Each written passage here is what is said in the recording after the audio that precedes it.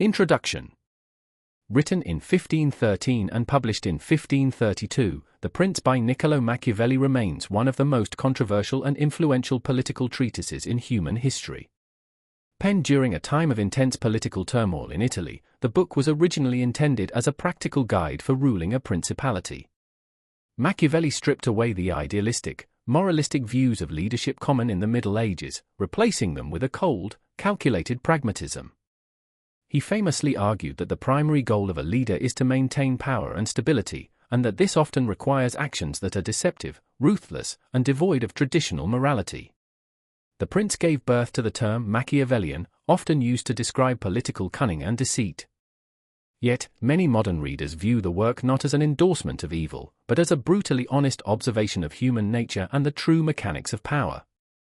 This audio edition has been carefully modernized to clarify the dense, 16th-century aristocratic language, translating Machiavelli's complex historical examples into sharp, accessible English while preserving the ruthless, authoritative tone of the original text. Whether you are a student of history, a modern executive, or simply a student of human nature, you are about to receive a masterclass in the unvarnished realities of power. Chapter 1. How many kinds of principalities there are, and by what means they are acquired. Every state and every power that has ever ruled over people is either a republic or a principality. Principalities are either hereditary, meaning a single family has ruled them for a long time, or they are completely new. These new principalities fall into two categories. They are either entirely new, just like Milan was for Francesco Sforza, or they are territories added onto the hereditary state of the prince who conquered them, just like the Kingdom of Naples was for the King of Spain. When you acquire these new territories, they are used to one of two things. They are either accustomed to living under a prince, or they are used to living in freedom. A ruler can acquire these lands using his own army, or he can rely on the military forces of others. Ultimately, he gains control of them either through fortuna, meaning luck and fortune, or through virtù, meaning his own sheer ability and skill. Chapter 2. Concerning hereditary principalities. I will leave out all discussion on republics, since I have already written about them at length elsewhere. Instead, I will focus entirely on principalities. Following the outline I mentioned earlier, I will discuss exactly how these principalities can be ruled and maintained. I will say right now that it is much easier to hold on to a hereditary state, where the people are already used to the prince's family, than it is to hold on to a new state. To keep power, a hereditary prince simply needs to avoid breaking the customs of his ancestors. Beyond that, he just has to handle new situations carefully as they arise. As long as he does this, a prince with even average abilities will keep his state. The only way he will lose it is if some extraordinary, overwhelming force takes it from him.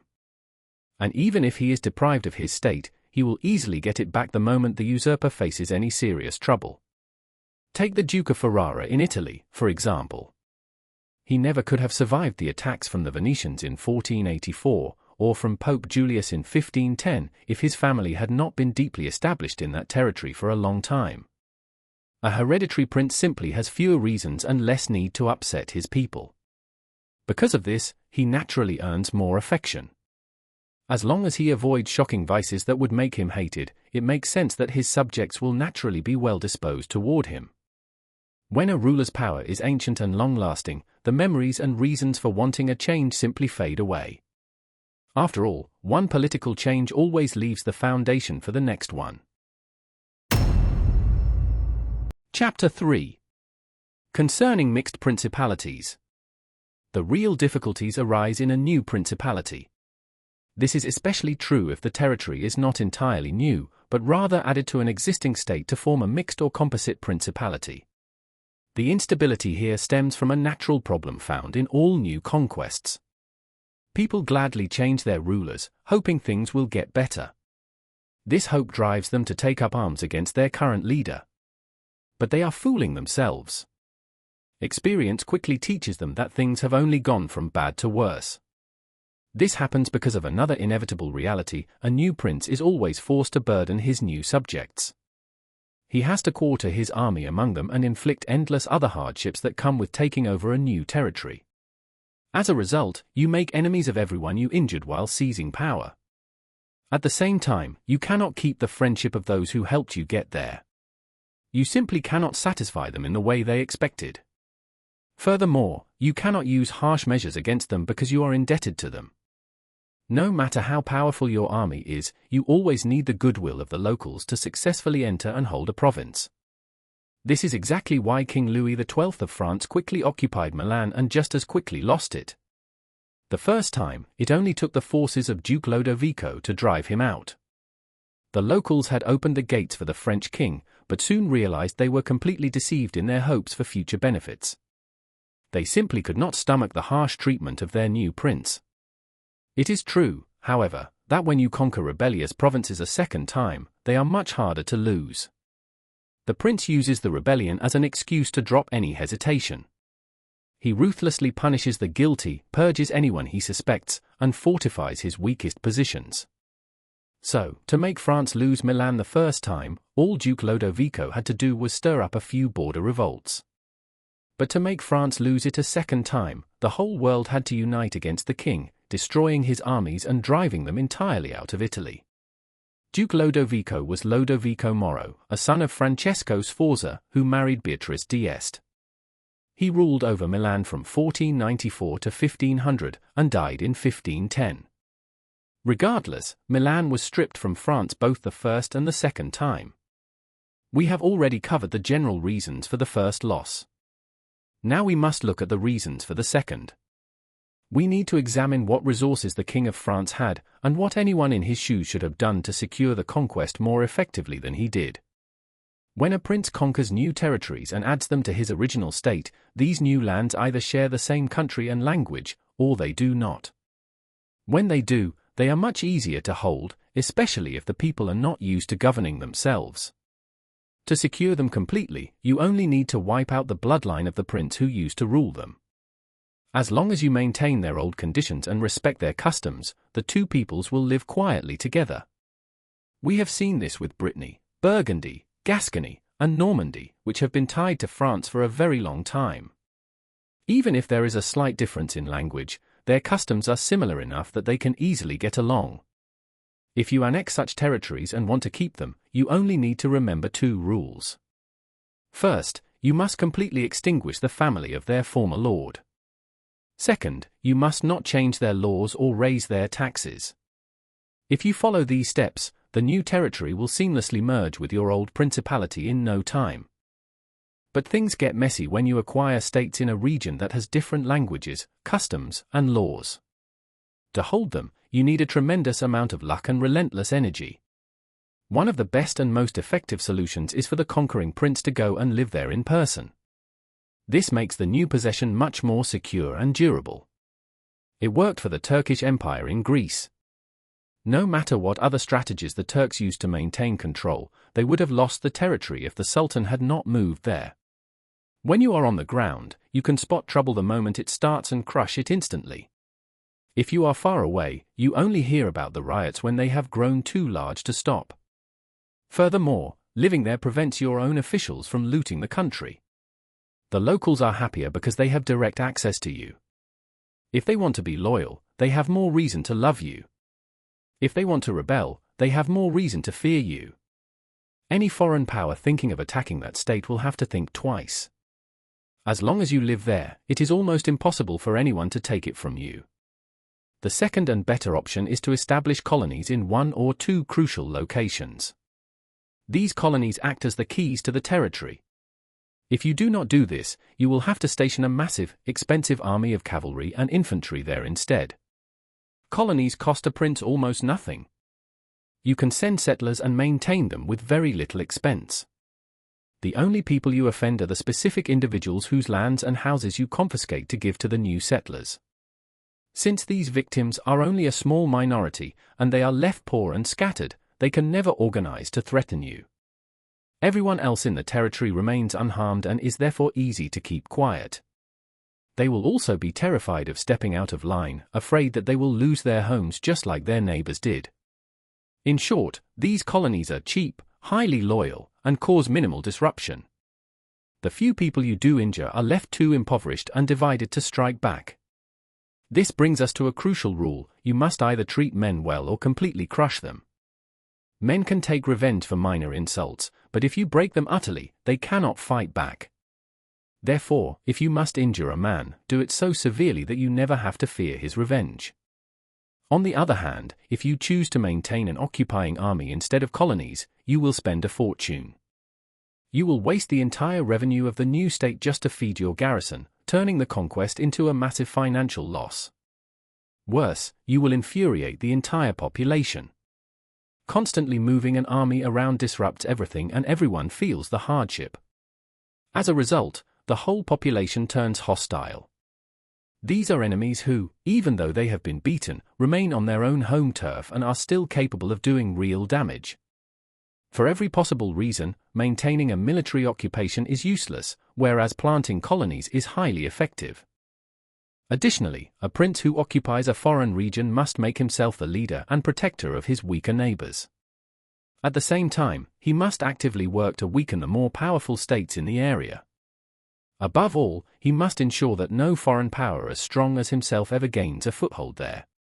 Whenever a powerful outsider enters a region, it is always because they were invited by discontented locals, driven either by extreme ambition or deep fear. For example, the Romans were invited into Greece by the Aetolians. In fact, everywhere the Romans expanded, they were brought in by the local inhabitants. The pattern is always the same: the moment a powerful foreigner steps into a region, all the weaker states immediately flock to his side, united by their hatred for whoever currently dominates them. The newcomer does not even have to work to win them over, they naturally align with him. His only job is to make sure these weaker allies do not gain too much power or authority. With his own army and their willing support, he can easily crush the stronger states and remain the absolute master of the entire region. Any prince who fails to manage this dynamic will quickly lose whatever he has conquered. And even while he holds it, he will face endless troubles and rebellions. The Romans followed these rules perfectly in the countries they conquered. They sent out colonies. They allied with the weaker states without letting them grow too strong. They ruthlessly crushed the more powerful states. And they never allowed a strong foreign power to gain influence. Greece is a perfect example of their strategy. The Romans maintained friendly relations with the Achaeans and the Aetolians. They humiliated the kingdom of Macedonia. They completely drove out King Anchises. Despite all their loyal service, the Achaeans and Aetolians were never allowed to expand their territories. No amount of persuasion from King Philip could convince the Romans to be his friend until they had thoroughly humbled him first. And no matter how influential Anchises was, the Romans never let him keep an inch of authority in the region. The Romans did exactly what all smart leaders must do: they looked out not just for current troubles, but for future ones. They used every ounce of their energy to prevent those problems from taking root. If you see a problem coming early, it is easy to fix. If you wait until it is staring you in the face, the medicine will be useless because the disease has become incurable. It is just like doctors say about tuberculosis: in the beginning, the disease is easy to cure but hard to detect. However, if left untreated, it becomes easy to detect but impossible to cure. The same thing happens in politics. If you are wise enough to foresee political threats early, you can crush them quickly. But if you are blind to them and let them grow until everyone can see them, there is no longer any remedy. The Romans foresaw their troubles and dealt with them immediately. They never let a crisis fester just to avoid a war. They knew that you cannot avoid a war, you can only postpone it to your enemy's advantage. They intentionally fought Philip and Anchises in Greece so they would not have to fight them later on their own soil in Italy. They could have delayed both conflicts, but they refused to do so. They totally rejected the cowardly advice you constantly hear from the so-called wise men of our time, who say to just enjoy the benefits of buying time. Instead, the Romans relied on the benefits of their own courage and sharp judgment. Time changes everything. It can bring good luck, but it can just as easily bring disaster. Note that we must refer to the earlier remark in the introduction regarding the specific phrasing used for maintaining friendly relations. Now let us look at France and see if they followed any of these rules. I will focus on King Louis, not Charles, because Louis held on to Italy much longer, making his actions easier to study. You will see that Louis did the exact opposite of everything you are supposed to do to hold onto a mixed principality. King Louis XII of France was known as the father of the people. He was born in 1462 and died in 1515. King Charles VIII of France was born in 1470 and died in 1498. King Louis was dragged into Italy by the greed of the Venetians, who wanted his military help to carve off half of Lombardy for themselves. I do not necessarily blame the king for this initial move. He wanted to get a foothold in Italy but had zero allies there. Because of the terrible behavior of his predecessor, King Charles, every door was slammed in his face. Louis was forced to take whatever friendships he could get. His plan would have worked perfectly if he had not made a string of massive mistakes later on. Once Louis captured Lombardy, he instantly won back all the prestige that Charles had lost. Genoa surrendered. The Florentines eagerly became his allies. The Marquis of Mantua, the Duke of Ferrara, the Bentivogli, the Lady of Forli, and all the various lords of Faenza, Pesaro, Rimini, Camerino, and Piombino, along with the Lucchese, Pisans, and Sienese, everyone rushed forward begging for his friendship. Only then did the Venetians realize what a reckless, suicidal mistake they had made. Just to grab 2 measly towns in Lombardy, they had effectively made the King of France the master of 2/3 of Italy. Think about how easily the king could have maintained his grip on Italy if he had just followed the basic rules I outlined earlier. All he had to do was protect his new, weaker friends. They were numerous, but they were frail and terrified. Some were terrified of the church, others of the Venetians. Because of this fear, they were absolutely forced to stick by his side. With their combined support, he could have easily crushed any of the remaining strong powers. Instead, the moment he arrived in Milan, he did the exact opposite. He actually helped Pope Alexander invade the Romagna. It completely flew over his head that this suicidal move was weakening his own position. He was actively throwing away allies who had just rushed into his open arms. Worse, he was massively empowering the church by giving it huge military and political dominance on top of its spiritual authority. Once he made this first fatal error, he was trapped. He eventually had to march back into Italy himself just to stop the Pope's ambition and prevent Alexander from taking over Tuscany. But apparently, making the church an unstoppable powerhouse and alienating all his allies was not enough for him. Out of sheer greed for the Kingdom of Naples, Louis decided to split it with the King of Spain.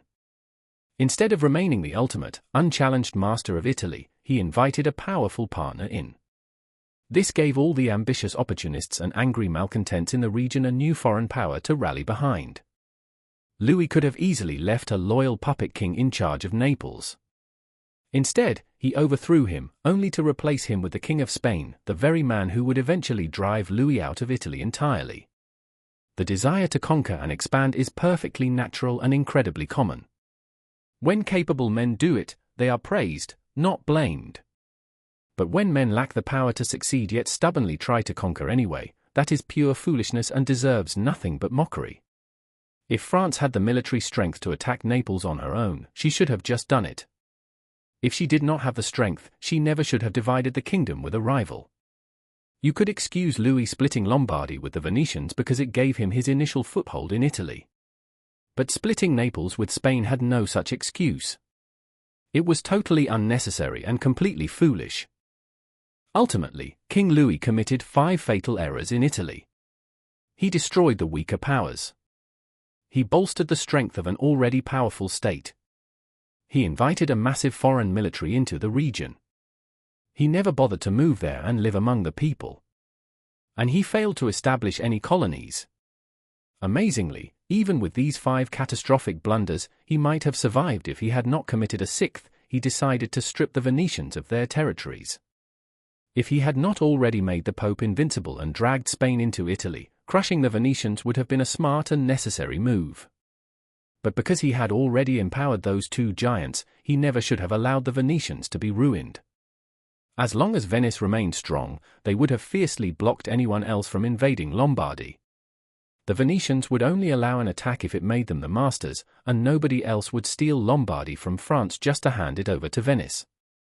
Nobody had the guts to fight both France and Venice at the same time. Now, someone might argue that King Louis handed the Romagna to Pope Alexander and split Naples with Spain simply to avoid a war. I will answer that with the same iron rule I stated before: never commit a political blunder just to dodge a war. You can never truly avoid a war, you only delay it, and always to your own severe disadvantage. Someone else might argue that Louis owed the Pope a favor. He promised to help the Pope's military campaign in exchange for the Pope granting him a divorce and giving a cardinal's hat to the Archbishop of Rouen.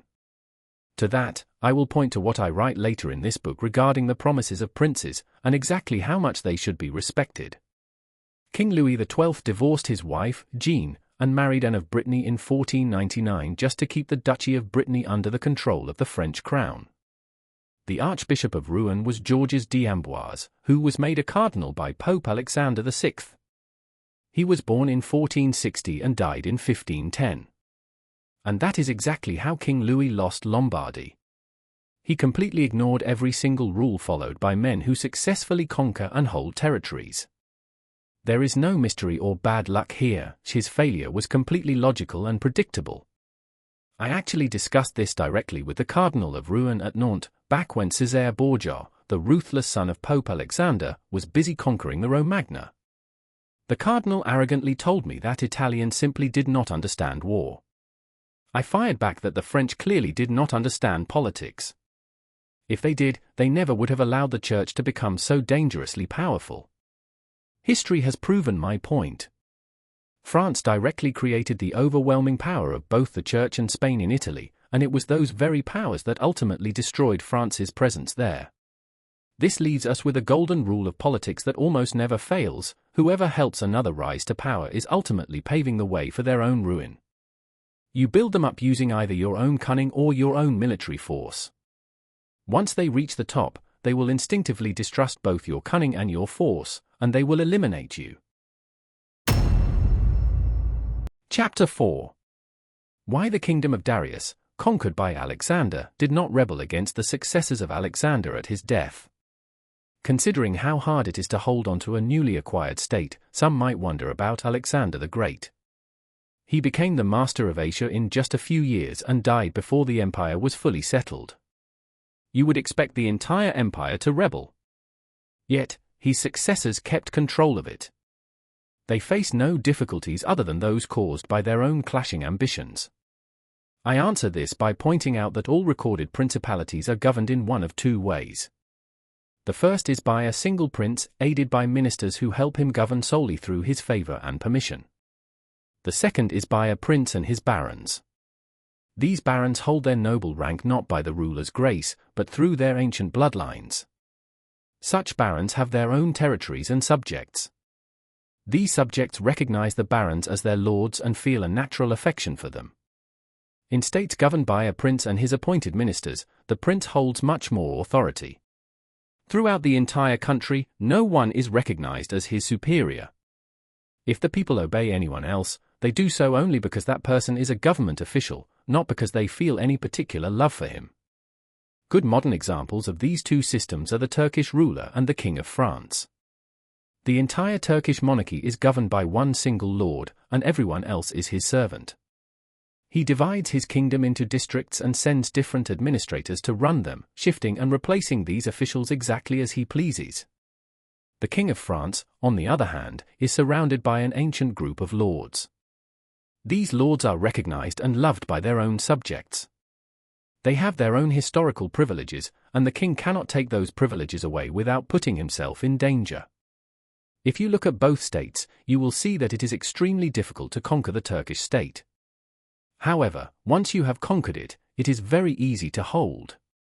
It is hard to seize the Turkish kingdom because an invader cannot be invited in by local princes. You also cannot rely on the rulers in a circle to rebel and make things easier for you. This is because all his ministers are essentially slaves bound to him. They are very difficult to corrupt. Even if you do bribe them, they are useless because they cannot drag the common people into a rebellion with them. Therefore, anyone who attacks the Turkish Empire must expect to find it completely united. You will have to rely purely on your own military strength rather than hoping for internal uprisings. But once the ruler is conquered and his armies are decisively crushed on the battlefield, the only remaining threat is the prince's own bloodline. Once you exterminate his family, there is no one left to fear. The remaining officials have no influence over the people. Just as the conqueror could not rely on them before the victory, he has absolutely no reason to fear them afterward. The exact opposite happens in kingdoms governed like France. You can easily invade by winning over some ambitious baron within the kingdom, since you will always find locals who are unhappy and want a change of government. These men can open the gates to the state and make your initial victory incredibly easy. But if you want to hold on to the country afterward, you will face endless difficulties.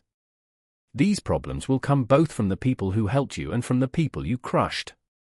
It is not enough to just exterminate the family of the prince. The remaining lords will simply make themselves the leaders of fresh rebellions against you.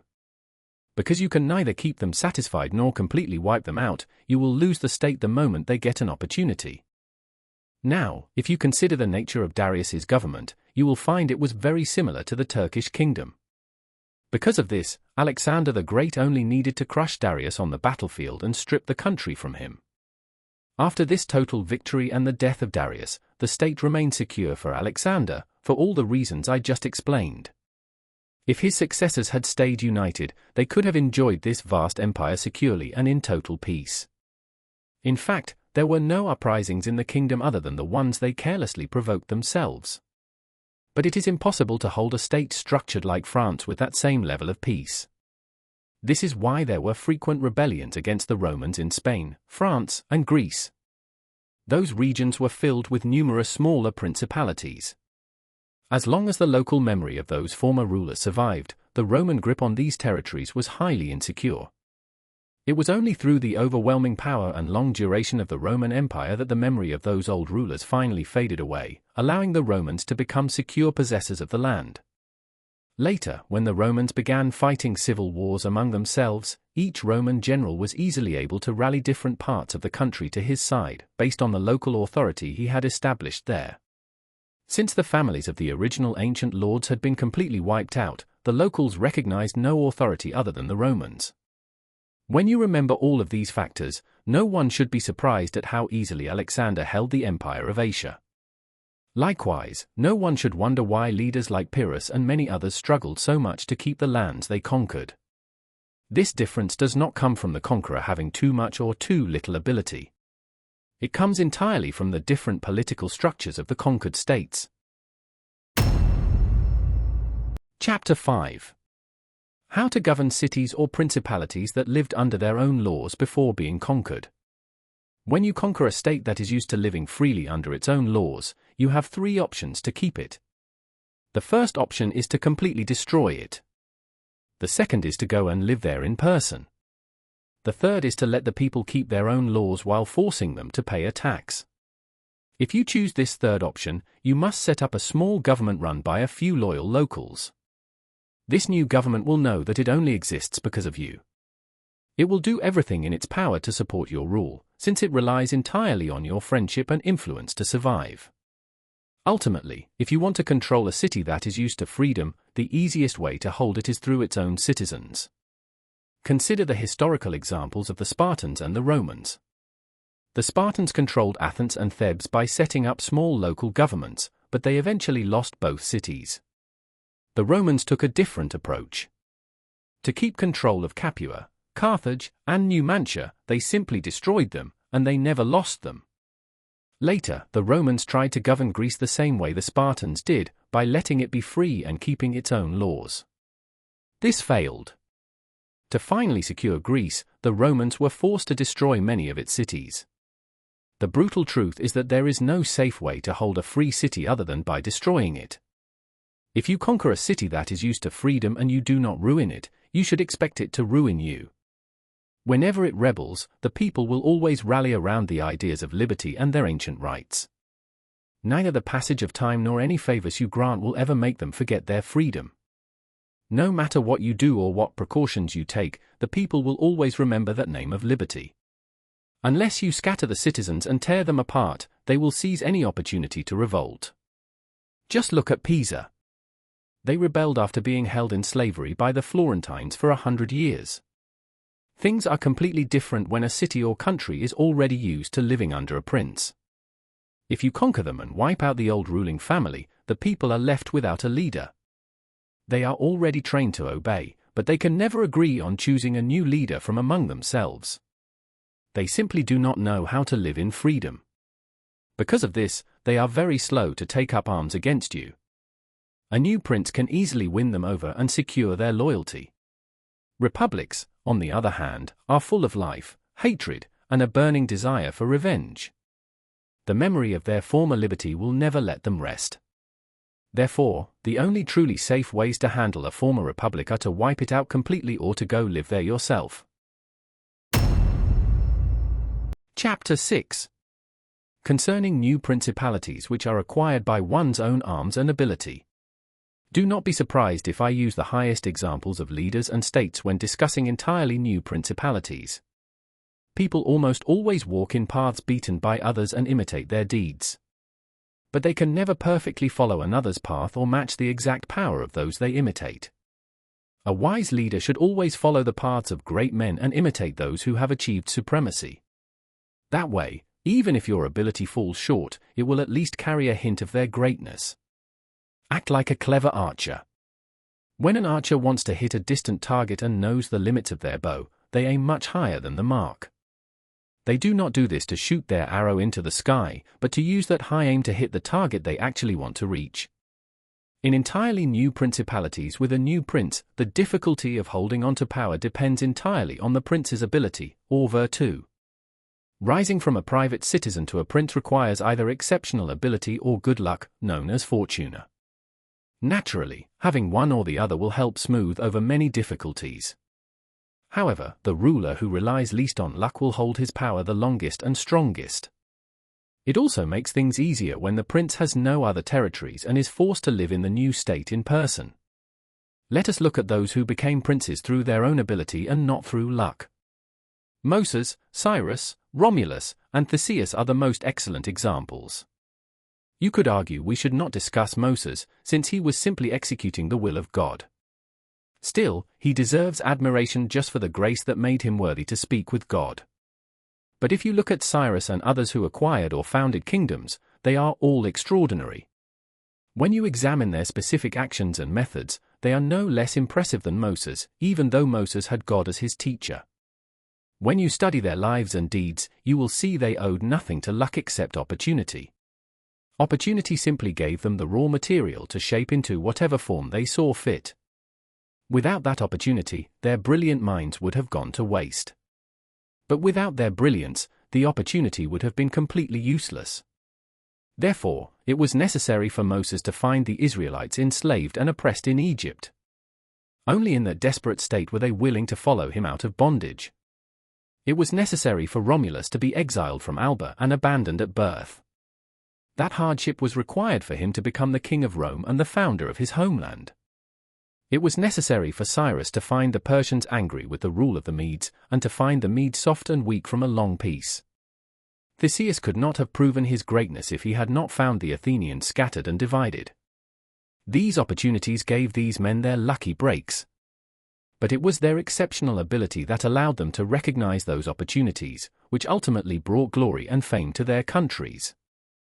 Men who become princes through their own strength and ability face immense difficulty in acquiring their states, but they hold on to them easily. The difficulties of taking power come partly from the new rules and methods they are forced to introduce to secure their new government. Remember this: there is nothing more difficult to plan, more dangerous to execute, or more likely to fail than creating a new system of government. The innovator makes enemies of everyone who thrived under the old system. Meanwhile, he only gets lukewarm support from those who might benefit under the new one. This weak support comes partly from their fear of the enemies, who still have the old laws on their side. But it also comes from human skepticism. People do not truly believe in new things until they have seen them work over a long period of time. Because of this, whenever the prince's enemies have a chance to attack, they do so with fierce partisan passion. Meanwhile, his supporters defend him half-heartedly, placing the prince and his new regime in serious danger. To fully understand this, we must ask if these innovators stand on their own or if they depend on others. Specifically, To achieve their goals, do they have to beg for help, or can they use force? If they have to rely on begging and prayers, they always fail and accomplish nothing. But when they can rely on themselves and use force, they are rarely in danger.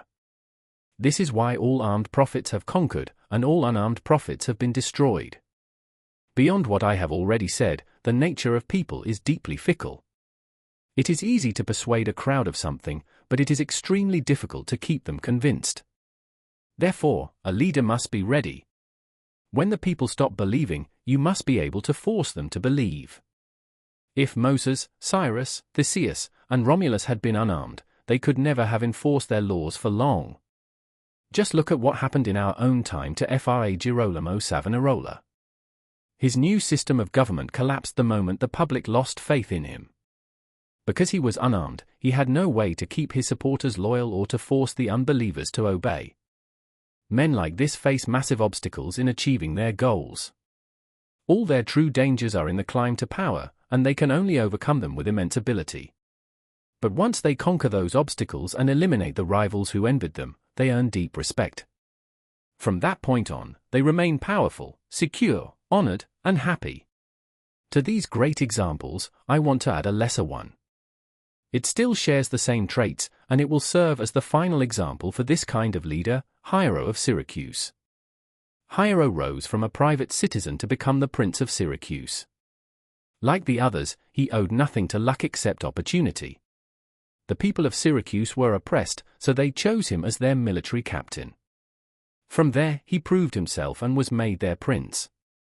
Even as a private citizen, his ability was so immense that writers said he lacked nothing to be a king except a kingdom. Once in power, he abolished the old military and built a new one. He dropped old alliances and forged new ones. Because he built his own loyal army and his own network of allies, he laid a foundation strong enough to support any empire. Hiero endured massive struggles to gain his power, but he had very little trouble keeping it. Hiero II lived from about 307 BC to 216 BC.